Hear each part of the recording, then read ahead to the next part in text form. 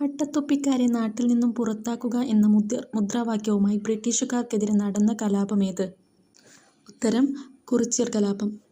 രണ്ടാമത്തെ ചോദ്യം, പ്രത്യക്ഷരക്ഷാ ദൈവസഭയുടെ സ്ഥാപകൻ ആര്? പൊയ്കയിൽ ശ്രീകുമാര ഗുരുദേവൻ. 3. ആധുനിക തിരുവിതാംകൂറിൻ്റെ മാഗ്ന കാർട്ട എന്നറിയപ്പെടുന്നത് എന്ത്? ക്ഷേത്രപ്രവേശന വിളംബരം. നാലാമത്തത്, കൊച്ചി രാജ്യപ്രജാമണ്ഡലം സ്ഥാപിച്ചത് വി.ആർ. കൃഷ്ണനെഴുത്തച്ഛൻ. 5. ഇന്ത്യൻ നാഷണൽ കോൺഗ്രസുമായി ബന്ധപ്പെട്ട് ശരിയായ പ്രസ്താവനകൾ തിരഞ്ഞെടുക്കുക. ആദ്യത്തെ പ്രസിഡന്റ് എ.ഒ. ഹ്യൂം. രണ്ടാമത്തെ പ്രസ്താവന 1885 ഡിസംബറിലാണ് സ്ഥാപിതമായത്. മൂന്നാമത്തെ പ്രസ്താവന മുംബൈയിൽ വെച്ചാണ് കോൺഗ്രസിൻ്റെ സ്ഥാപക സമ്മേളനം നടന്നത്. നാലാമത്തെ പ്രസ്താവന കോൺഗ്രസ് അധ്യക്ഷയായ ആദ്യത്തെ വനിതയാണ് സരോജിനി നായിഡു.